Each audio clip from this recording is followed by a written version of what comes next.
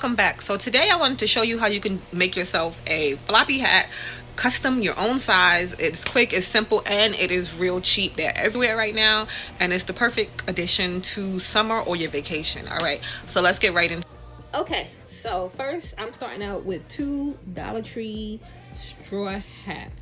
You can take them completely apart and do a whole custom hat, but I'm just going to leave one fully intact, and then I'm going to take apart the second one. It's real simple to take apart, and it comes apart in one piece. You just find out where it ended at and just kind of snip in between. You don't want to cut the piece underneath, you just want to cut the thread. The thread is like a thick invisible thread.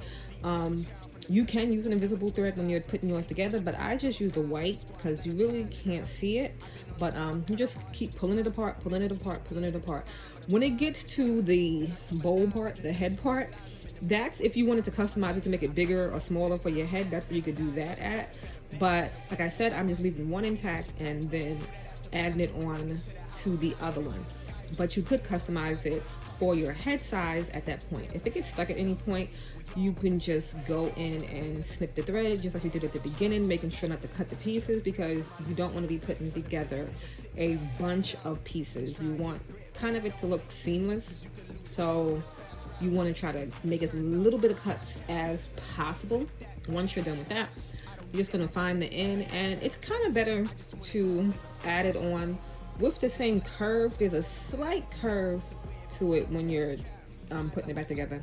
So if you want to find that and just go around, but you're going to find out where the other hat ended, and you're going to take it apart. Well, not fully take it apart, but just going to open it up the same way that you opened up the other hat. You're just going to snip it and then pull it out enough so that you can start building the rows out again, because when they ended, they put it inward.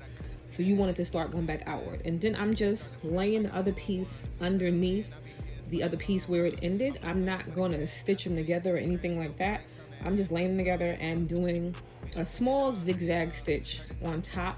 So the piece is underneath just a little, and then you're zigzagging across to get them to connect. You know what I'm saying? Once you're done going all the way around as much as you want, then you're going to close it off kind of the way the other one was closed off at the beginning. You're just going to tuck it in. So as you're going, you're just tucking it in so that it ends even. And that is it. It's the simplest hat.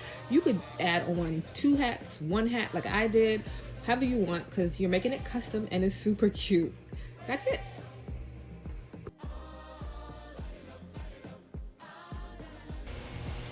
Okay, so that was it. That was real quick, real simple.